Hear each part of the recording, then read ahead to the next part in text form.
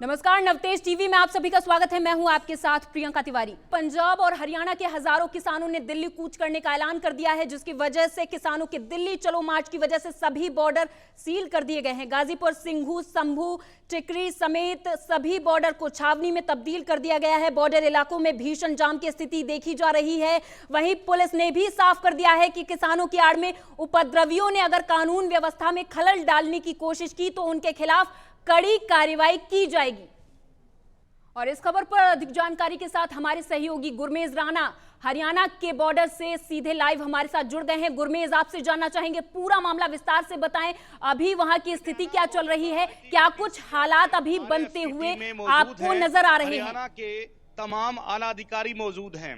आपको फिर से बता दें कि आईजी करनाल रेंज के सत्येंद्र सिंह यादव से सुबह ही नवतेज टीवी की मुलाकात हुई। उन्होंने कहा कि चाक चौबंद प्रबंध किए गए हैं। उनके साथ में जिला उपायुक्त कैथल, एडीसी मैडम सी जय शारदा, जिला उपायुक्त उपासना मैडम मौजूद रहे। तमाम आलाधिकारी मौजूद हैं। किन कारणों से? सुरक्षा की मद्देनजर, ताकि जो है किसान टटियाना बॉर्डर को किसी भी सूरत में क्रॉस ना कर सके।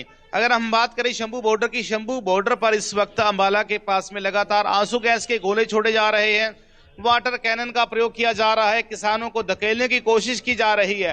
अधिकारियों का यह दावा वहां पर नजर आ रहा है कि कुछ ही घंटों के अंदर वहां से सब कुछ खदेड़ दिया जाएगा, लेकिन किसानों को हरियाणा के अंदर नहीं घुसने दिया जाएगा। ऐसी स्थिति खनौरी बॉर्डर की है। खनौरी बॉर्डर के पास जो हरियाणा और पंजाब का स्टेट हाईवे लगता है, वहां पर भी जो है किसान पहुंच चुके हैं। वहां पर भी आंसू गैस के गोले छोड़ने की जानकारी प्राप्त हुई है। इसी के साथ अगर हम बात करें, Haryana Punjab state wise Chica से पटियाला स्टेट हाईवे है और टटियाना बॉर्डर में 7 लेयर का प्रयोग किया जा रहा है। सबसे बड़ी बात है, 7 लेयर का प्रयोग तब किया जाता है जब सुरक्षा चाक चौबंद रखनी होती है सरकार ने। हालांकि कुछ ही दिन पहले मनोहर लाल खट्टर का बयान आया था कि किसान हथियार ट्रैक्टरों पर, ट्रॉली पर लेकर जाएंगे तो हरियाणा के अंदर घुसने नहीं दिया जाएंगे। उनके लिए बसें और ट्रेनें हैं। खासतौर पर हमने इसी नवतेज टीवी ने खबर दिखाई थी आप लोगों तक। लेकिन फिलहाल जो आला अधिकारियों का यह कहना है कि किसानों को किसी भी हालत में हरियाणा के अंदर नहीं घुसने दिया जाएगा। कल शाम 5 घंटे की मीटिंग हुई किसान नेताओं के बीच में और सरकार के बीच में, लेकिन जो एमएसपी पर जो है आपस में नहीं बन पाई। किसान ये कहता है कि एमएसपी लागू की जाए, लेकिन सरकार ये कहती है कि अभी थोड़ा और इंतजार करो। किसानों का स्वामीनाथन रिपोर्ट पर भी इंतजार को कहा गया। हालांकि जो एफआईआर दर्ज की गई थी पिछले किसान आंदोलन के दौरान, वो सरकार ने मान लिया कि जो भी जायज है किसानों पर, जिन किसानों ने वहां पर जो है हुड़दंग नहीं मचाया, उन पर जो एफआईआर वापस ली जाएगी। लेकिन जिन किसानों के द्वारा वहां पर हुड़दंग मचाया गया, मार पिटाई की गई या फिर सरकारी संपत्ति को नुकसान पहुंचाया गया, उन पर एफआईआर वापस नहीं ली जाएगी। दूसरी तरफ से उन्होंने ये भी कहा कि जो भी किसानों में मुआवजे की मांग थी, जिन किसानों की मौत हुई थी किसान संघर्ष के अंदर, उन किसानों को मुआवजा भी दिया जाएगा। लेकिन एमएसपी पर जो बात नहीं बन पाई, स्वामीनाथन की रिपोर्ट पर बात नहीं बन पाई।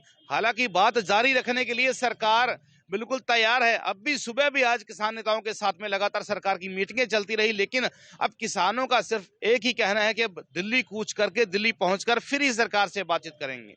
लेकिन किसानों के इस महाआंदोलन, महाधरने को लेकर सरकार इतनी ज्यादा डरी हुई है कि करोड़ों रुपए का प्रोजेक्ट, जो करोड़ों रुपए टटियाना बॉर्डर पे चाहे बात करें हम, चाहे खनौरी बॉर्डर पर बात करें, चाहे शंभू बॉर्डर पर, वहां पर लगाए जा चुके हैं। तमाम जो सरकार की सीआरपीएफ, आईटीबीपी, आरएफ की टीमें हैं, सीआईए की टीमें हैं, तमाम सब काम दाम छोड़ दिए गए हैं अधिकारियों के द्वारा। सिर्फ और सिर्फ फोकस किया जा रहा है किसानों को रोकने के लिए टटियाना बॉर्डर से कहीं ना घुस पाए। आईजी सत्येंद्र सिंह यादव ने खास मुलाकात में कहा कि किसानों को किसी भी सूरत में घुसने नहीं दिया जाएगा।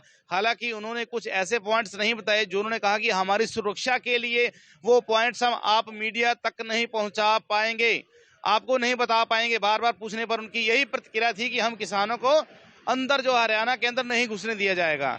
लेकिन किसान नेता पंजोखर ने कहा है कि अगर इस आंदोलन में उसकी मौत हो जाती है तो फिर उसकी जो डेड बॉडी को वैसे की वैसा रखा जाए जब तक ये एमएसपी लागू नहीं होती। यह तमाम किसानों का कहना है। लगभग 1 लाख ट्रैक्टरों का जत्था पूरा पंजाब से जो है बॉर्डरों पर चलना शुरू हो गया है। कुछ ही समय बाद आप लोग देखेंगे कि टटियाना बॉर्डर की तस्वीरें हैं, वो भी आप लोगों को दिखाएंगे। वहां पर किसान पहुंचने जमा जो है होना शुरू हो जाएंगे। 2-3 घंटे, लगभग 2 और 3 के बीच में ये समय दिया गया था। तो लेकिन आज जो 13 फरवरी कूच का दिन निकाला गया था किसानों के द्वारा, आज हर तरफ ये शुरू हो चुका है और किसानों का एक ही मकसद है, एमएसपी वापस। एमएसपी जो है पूरी एमएसपी जब तक लागू नहीं करती सरकार, तब तक किसान संघर्ष जारी रहेगा। इसी के साथ में जब तक एफआईआर वापस नहीं लेती, किसान संघर्ष तेज होता जाएगा। स्वामीनाथन की रिपोर्ट को लेकर जो किसान है इस वक्त वो चाहते हैं कि स्वामीनाथन की रिपोर्ट लागू हो। कर्जा माफी का जो लगातार उनकी मांग है वो सरकार की तरफ से पूरी नहीं की गई। ये आरोप है किसानों का, किसान जानबूझकर जो है इनकी मांगों को पूरा नहीं कर पा रही। लेकिन फिलहाल नवतेज टीवी हर वो खबर दिखाएगा, आपको जीरो ग्राउंड रिपोर्ट दिखाएगा जो आप तक हम पहुंचाएंगे हर खबर। तो फिलहाल अभी के लिए इतना ही और देखते रहे गुरमेज राणा के साथ में कैमरा पर्सन।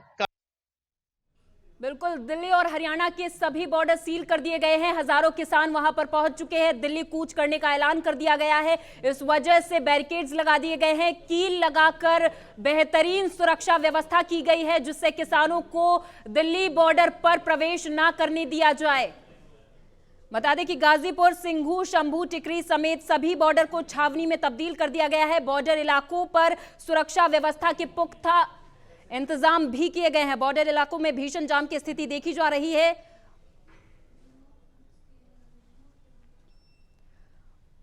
और वहीं इस खबर पर गुरमेज राणा ने अधिक जानकारी अधिकारियों से भी ली है। उनसे जानेंगे और समझेंगे कि क्या वहां पर स्थिति अभी बनती हुई नजर आ रही है। आप देख रहे हैं नवतेज टीवी और मैं हूं गुरमेज राणा। लगातार किसान संघर्ष अपने चरम सीमा पर है और पंजाब से किसान निकल चुके हैं दिल्ली की तौर।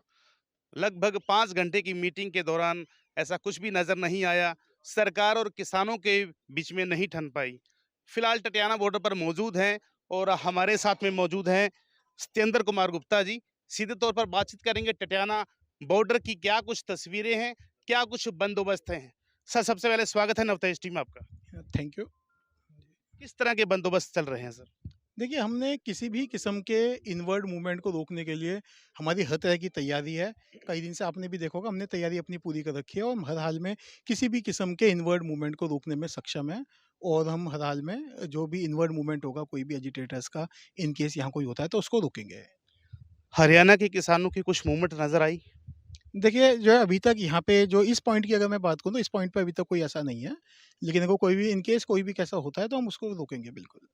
अगर बात जिला कैथल के कई नाकों की करें कि गांव के जो अंदर नाके हैं जो पंजाब और हरियाणा सीमा से सटे हुए हैं, वहां पर किस तरह के बंदोबस्त किए जाए?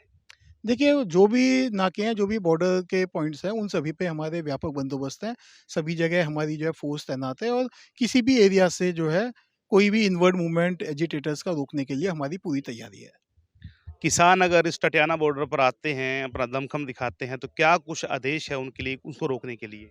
देखिए, बस मैंने आपको यही बताया ना कि हमने अपना जो है रोकने की तैयारी हमने पूरी की है। हम पूरा उन्हें रोकेंगे। बाकायदा पहले ऑफ कोर्स समझाएँगे उन्हें, भई, लेकिन जो है हम उन्हें अंदर एंटर नहीं करने देंगे। ठीक है? मतलब किसी भी सूरत में अंदर हरियाणा के अंदर नहीं घुसने दिया जाएगा। जी हाँ, बिल्कुल। और आप भी देख सकते हैं जो हमारी तैयारी यहाँ पे है। कितनी लेयर का प्रयोग किया गया सर यहाँ? देखिए, मैं ऑपरेशनल डिटेल्स आपसे शेयर नहीं करना चाहूँगा। ऑपरेशनल डिटेल्स मैं आपको नहीं बताना चाहूँगा। बाकी मैं यही कहूँगा कि हाँ, हमारी जो है सारी व्यापक बंदोबस्त है यहाँ पे। क्या कहना चाहेंगे दर्शकों को, किसानों को, आम जनता को? देखिए, मैं यही कहना चाहूँगा कि इस तरह का कोई भी आंदोलन, इस तरह का मूवमेंट, एजिटेशन, ये लोगों के हित में नहीं है। इससे जो है सभी को, लोगों को जो है इनकन्वीनियंस होती है। एंड ऑफ कोर्स मैं रिक्वेस्ट यही करूँगा कि अगर इस चीज़ को कैंसल किया जाए तो बहुत अच्छा रहेगा, जनहित में, सभी के हित में। धारा 144 लगाई गई है, शहर के अंदर भी कोई ऐसी मूवमेंट्स या देखने को आई कुछ? देखिए, अभी तक हमारे यहाँ कोई ऐसी मूवमेंट नहीं है। अगर कोई भी लोकल सपोर्ट है, हम कोई लोकल सपोर्ट एजिटेशन को नहीं होने देंगे। अगर कोई लोकल व्यक्ति यहाँ से भी अगर कोई गलती करने की, गड़बड़ की कोशिश करता है तो हम उसे रोकने का पूरा प्रयास करेंगे। वो भी हमने तैयारी की हुई है। चलिए, हमारे साथ में सीधे तौर पर मौजूद थे सत्येंद्र गुप्ता जी, और जिन्होंने कहा कि किसानों को घुसने नहीं दिया जाएगा। और 2 टूक बात मैडम उपासना जी से भी करेंगे। उपासना जी, क्या कुछ लगता है, किस तरह के बंदोबस्त की तैयारी? लगातार आप अपडेट भी ले रहे हैं, तमाम आला अधिकारी भी पहुंचते हैं, क्या 2 लाइनों में कहेंगे? आईजी सर ने ऑलरेडी सारा आपको ब्रीफ कर दिया। हमारी तरफ से पूरी प्रिपरेशन है और हमारी तरफ से कोई एंट्री अलाउ नहीं होगी। तमाम जिलों के अंदर जो है धारा 144 लगाई गई है। अप्रिय घटना को रोकने के लिए पूरी आर्मी, सीआरपीएफ की टीमें, आईटीबीपी की टीमें, आरएफ की टीमें लगी हुई हैं और हरियाणा पुलिस इस वक्त चाक चौबंद दिखाई दे रहा है। ये किसानों का डर कहें, सरकार क्यों डर रही है या किस वजह से, या फिर किसी भी अप्रिय घटना को रोकने के लिए इतने तगड़े बंदोबस्त क्यों किए जा रहे हैं। फिलहाल अभी तक किसानों और सरकार में किसी भी तरह की बात नहीं ठन पाई। तो तमाम जो तस्वीरें आप लोगों तक दिखाते रहेंगे और देखते रहे गुरमीत राणा के साथ में कैमरा पर्सन कमला राणा, नवतेज टीवी, भरोसा सच का। इधर प्रधानमंत्री नरेंद्र मोदी 2 दिवसीय दौरे पर संयुक्त अरब अमीरात के लिए रवाना हो गए हैं। यात्रा पर रवाना होने से पहले प्रधानमंत्री नरेंद्र मोदी ने एक्स पर पोस्ट करते हुए इसकी जानकारी दी है। यूएई के इस यात्रा के दौरान पीएम मोदी संयुक्त अरब अमीरात के राष्ट्रपति शेख मोहम्मद बिन जायद अल नाहयान के साथ विभिन्न विषयों पर वार्ता भी करेंगे और अबू धाबी में पहले हिंदू मंदिर का उद्घाटन करेंगे। पीएम मोदी की 2015 के बाद ये 8वीं यात्रा है।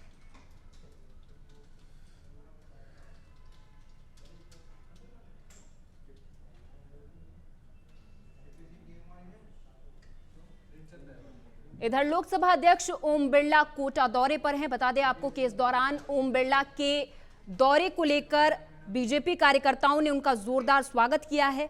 आपको यह भी बता दें कि लोकसभा स्पीकर 2 दिवसीय दौरे पर कोटा दौरे पर हैं, जो आज सांगोद विधानसभा क्षेत्र के दौरे पर रहेंगे और कल वे रामगंज मंडी क्षेत्र का दौरा कर कई कार्यक्रमों में हिस्सा भी लेंगे।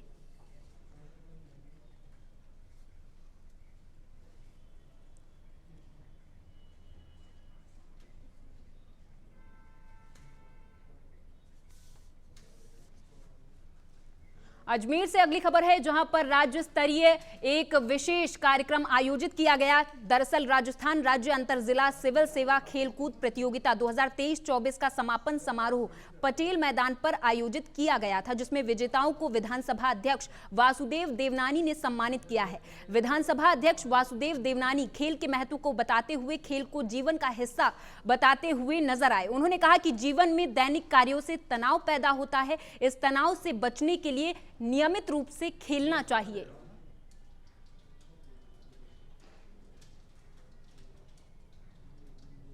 पूरे राजस्थान राज्य कर्मचारी अपने सिविल सेवा के उनकी दूसरी टेबल टेनिस, चतुर्थ टेनिस और छठी बैडमिंटन जो राज्य स्तरीय प्रतियोगिता थी, जिसमें 30 जिलों के 560 से अधिक खिलाड़ियों ने भाग लिया, उनका समापन हुआ।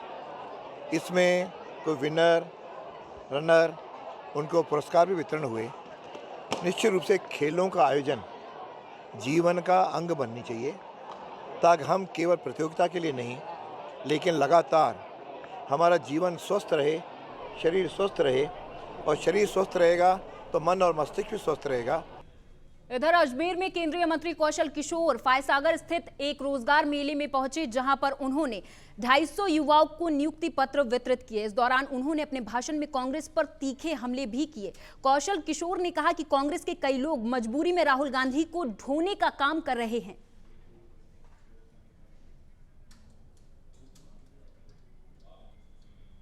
देखिए, पूरा देश जो है एक विकसित भारत, आत्मनिर्भर भारत, विकसित परिवार, आत्मनिर्भर परिवार बनाने के लिए सभी के दिल में तमन्ना है। जो नारा 1947 में मेक इन इंडिया का होना चाहिए था, वो नारा आदरणीय प्रधानमंत्री नरेंद्र मोदी जी ने मेक इन इंडिया का 2014 में आकर के दिया। 80 करोड़ जनता को मुफ्त में राशन मिल रहा है, 55 करोड़ जनता को मुफ्त में इलाज, 10 करोड़ महिलाओं का गैस सिलेंडर चूल्हे, 4 करोड़ से ज़्यादा महिलाओं को आवास मिले लोगों को, और अभी 2 करोड़ लोगों को आवास फिर दिए जा रहे हैं। 3 करोड़ महिलाओं को लखपति दीदी बनाना, 15,000 सेल्फ हेल्प ग्रुप की महिलाओं को नमो ड्रोन दीदी बना करके उन्हें रोजगार उपलब्ध कराना। ये सारी सुविधाएं एक विकसित भारत, आत्मनिर्भर भारत, विकसित परिवार, आत्मनिर्भर परिवार बनाने के लिए 2047 तक जिस तरह मोदी जी ने संकल्पबद्ध तरीके से काम को शुरू किया है, एक योजना बना करके पूरे देश की जनता, वो सब लोग बीजेपी को वोट करेंगे, एनडीए को वोट करेंगे। 370 से ज़्यादा सीटें बीजेपी की और 400 से ज़्यादा सीटें एनडीए की जीत करके आएंगी।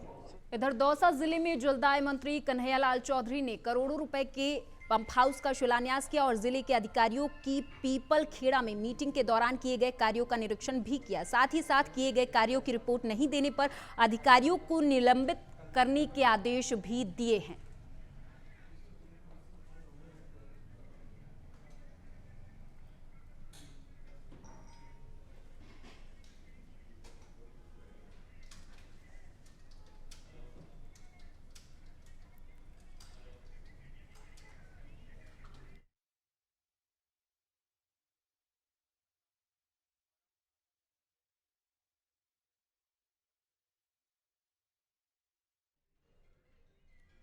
अगली खबर सीकर से है, जहां पर बताते चले कि अधिकारियों की मांग के चलते राजस्थान पंचायत समिति सदस्य संघ के अधिकारों का मुद्दा एक बार फिर से गर्मा गया है। पंचायत समिति सदस्य संघ के प्रदेश अध्यक्ष राजेंद्र सुरपुरा के नेतृत्व में पदाधिकारियों ने पंचायत राज्य मंत्री मदन दिलावर से मुलाकात की है और आपको ये भी बता दें कि अपने हक और अधिकारों को लेकर इस दौरान बातचीत भी की गई है। सभी सदस्यों ने मंत्री मदन दिलावर को पंचायत समिति सदस्यों की 9 सूत्रीय मांगों के बारे में अवगत कराया और ज्ञापन भी सौंपा। वहीं प्रदेश प्रवक्ता महेश यादव ने बताया कि पिछले 2 सालों से प्रदेश के सभी पंचायत समिति सदस्य अपनी 9 सूत्रीय मांगों को लेकर आंदोलनरत है। इसमें से एक महत्वपूर्ण मांग प्रपत्र 5 का अधिकार मंत्री मदन दिलावर ने पूरा कर दिया है। इसके साथ ही शेष मांगों को लेकर उन्होंने मुख्यमंत्री जी से शीघ्र पूरा करने के आश्वासन भी दिए हैं।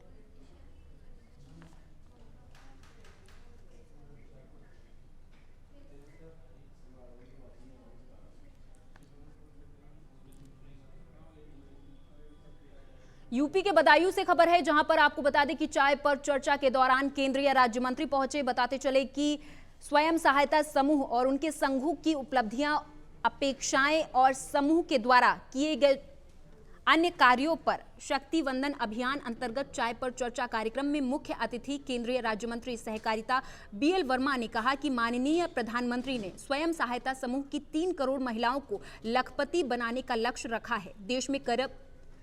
देश में करीब 10 करोड़ महिलाएं स्वयं सहायता समूह से जुड़ी हैं। उन्होंने कहा कि बदायूं की हर महिला को लखपति बनाया जाए, इसके हर संभव प्रयास किए जाएंगे।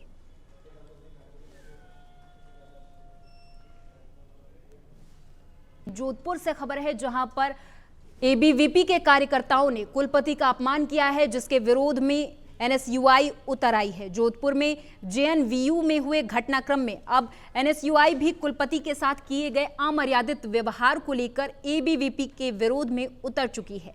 एनएसयूआई ने जोधपुर के कार्यकर्ताओं में छात्र संघ पूर्व संयुक्त महासचिव मनीष बिश्नोई के नेतृत्व में एबीवीपी कार्यकर्ताओं के कुलपति के साथ किए गए अमर्यादित व्यवहार को लेकर जेएनवीयू की कुल सचिव गोमती शर्मा से मुलाकात की और अमर्यादित व्यवहार करने वालों के खिलाफ ज्ञापन देकर कार्रवाई की मांग की है। इस दौरान छात्र संघ पूर्व संयुक्त महासचिव मनीष बिश्नोई ने बताया कि एबीवीपी कार्यकर्ताओं ने विभिन्न मांगों को लेकर कुलपति से मुलाकात की और उनके साथ गलत व्यवहार किया गया है, जो कि बिल्कुल गलत है।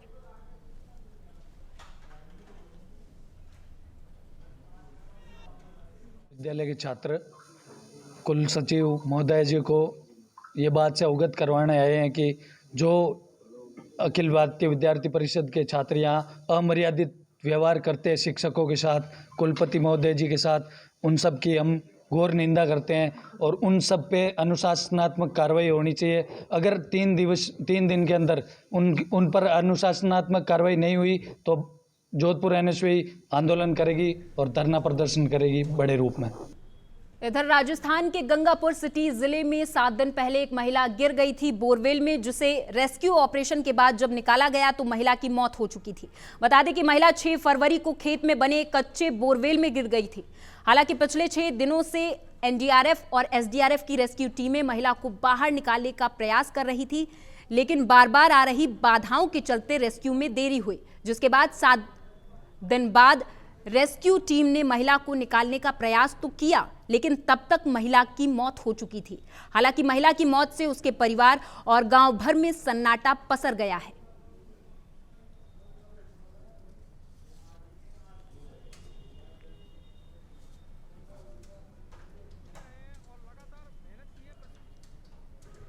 जैसा कि आप लगातार देख रहे हो कि इस रेस्क्यू ऑपरेशन के अंदर आप लोगों को प्रत्येक क्षण का पता है कि क्या क्या समस्या आ रही है, क्या क्या समस्या नहीं आ रही है, लेकिन यहाँ पे जो एनडीआरएफ है, एसडीआरएफ है, उसके सहयोग से ये सारा कार्य संपन्न हो चुका है और उनके द्वारा भी एक विपरीत स्थिति हो, जो कि मुझे लगता है कि ये रेस्क्यू ऑपरेशन जो एनडीआरएफ और एसडीआरएफ का है, ये पहला दृष्टांत होगा कि इस परिस्थितियों में ये पहला रेस्क्यू ऑपरेशन और रिकवरी ऑपरेशन किया जो वास्तव में सराहनीय है, इसीलिए इसमें ज़्यादा टाइम लगा है। अच्छा सर, अभी जो महिला है उसकी क्या स्थिति है, क्या वो जीवित है या मृत है, क्या पोजीशन है अभी? नहीं, ये महिला तो जो है उस समय जब ये घटना हुई थी तो ऐसा सुनने में उसी समय जब ये घटना हुई थी उसी समय शायद ये मृत हो चुकी थी। अच्छा, तो अभी कंप्लीट ये पुष्टि हो चुकी है कि महिला डेड है? नहीं, ये बिल्कुल महिला डेड है, बिल्कुल कंप्लीट पुष्टि हो चुकी है। तो पता ही है कि ये पुष्टि तो अभी ऑफिशियली तो होगी, हाँ, लेकिन नॉन ऑफिशियली है कि जो महिला है हाँ, उसको काफी उसी समय वो डेड हो चुकी थी, मतलब ये उसी दिन जिस दिन ये वाकया हुआ था इन लोगों के साथ। ये हो गया है, क्या कुछ कहना है? नहीं, बिल्कुल रेस्क्यू ऑपरेशन बिल्कुल कंप्लीट हो चुका है जी। कितना घंटों में ये रेस्क्यू ऑपरेशन कंप्लीट किया गया है? करीब 30-32 घंटे से फोर्स हमारी एनडीआरएफ और एसडीआरएफ दोनों टीमें संयुक्त रूप से ऑपरेशन कर रही हैं और ऑपरेशन में हम लोग बिल्कुल 100% सक्सेस हो गए और पूरा बॉडी को महिला क्या मृत हो चुकी है या जीवित है? ये तो डॉक्टर ही बताएंगे, लेकिन अपन इस पोजीशन को नहीं बता सकते क्योंकि ये टेक्निकल काम है। बाकी डेड बॉडी को सुरक्षित निकाल दिया है।